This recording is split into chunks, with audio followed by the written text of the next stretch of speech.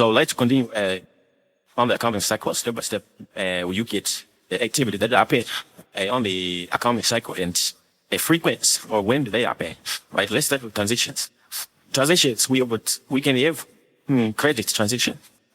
When a business sell or buy with credit, we would cash transactions, which includes payments and receipts of money. So transaction are paying D every day. There'll be transactions in the business. So and there'll be a lot of transactions not to be happening. So what happens is the business will be recording all these transactions. Where they record when transaction happen, they record on the source documents. So but a source document for money received, source document for money paid. Most of the time the business records money receipt on a receipt. They till slip, which is when they give us a cash register, then cash invoice, and the bank statement. This is for money received. Then for money paid, most of them the business use the bank statement and for all the cash that was returned from the bank to make payments. Then EFT, proof of payment. This is for money that is transferred electronically, paying certain expenses, paying for assets. Then all this is happening D. So source documents, every day when transaction happen, there must be evidence that this happened. So this happened D. Then from there, the source documents are classified and into a source document for money received, source document for money paid. Then from there, we identify the journals that are going to be recorded. So this activity happened day. When source documents are classified, the next step is to record in the subsidiary journal. So the subsidiary journal that we have, we would cash receipt journal for money receipt. But it's neat. And cash payment journal for money paid. We also have debtors journal, creditors journal. This is for credit transactions. This transactions are dealt with in credit 9. Then from there, so as we said, transaction of a day, source documents are collected and sorted into money received, money paid day. Then subsidiary journals are coded using source documents day. Then at the end of the month, subsidiary journals are closed off. End of the month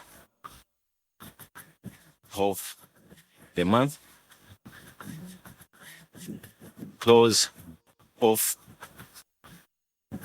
the journal. The close of the journal.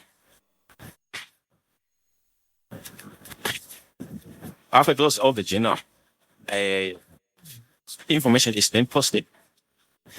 Information is then posted to the general ledger. So the general ledger is done at the end of the month. Once at the end of the month. So this is going to be done on the last day of the month. So what happens is accounts are then given a reference or folio, which according to their classification, then we are going to post all to the general ledger observing the double entry principle. Double entry principle.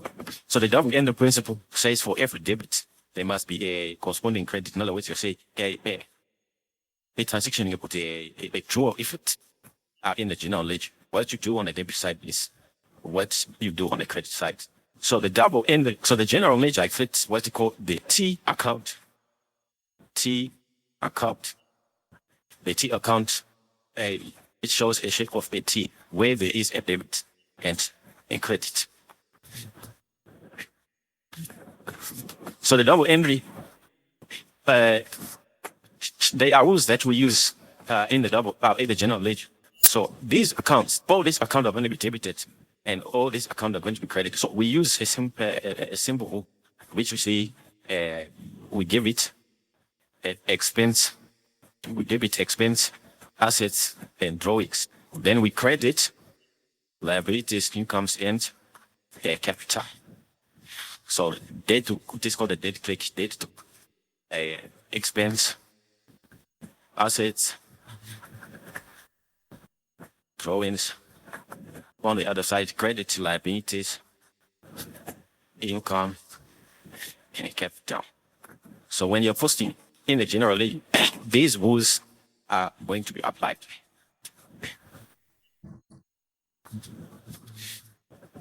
The trial balance is just an inflection of the general ledger, but it is used to check if posting was done directly from the subsidiary general ledger.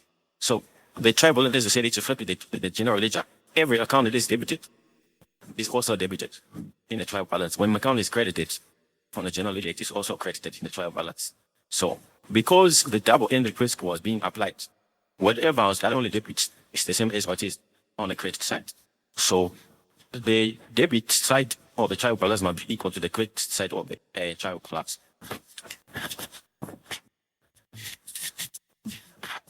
So the trial balance, it is used to test accuracy of posting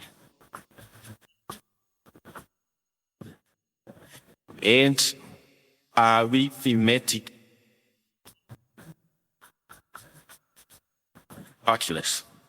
Arithmetic accuracy, that is your calculations. Is it correct? What you've calculated. So the debit must be equal to the credit side. Then the income statement. The income statement is used to calculate profits or loss of the business. The income statement shows the incomes. So to expense the result in profit or loss. So this statement is calculated using information from the trial balance. Then the balance sheet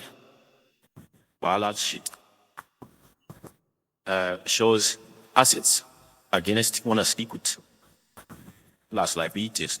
So the assets what the business owns against all the business owed.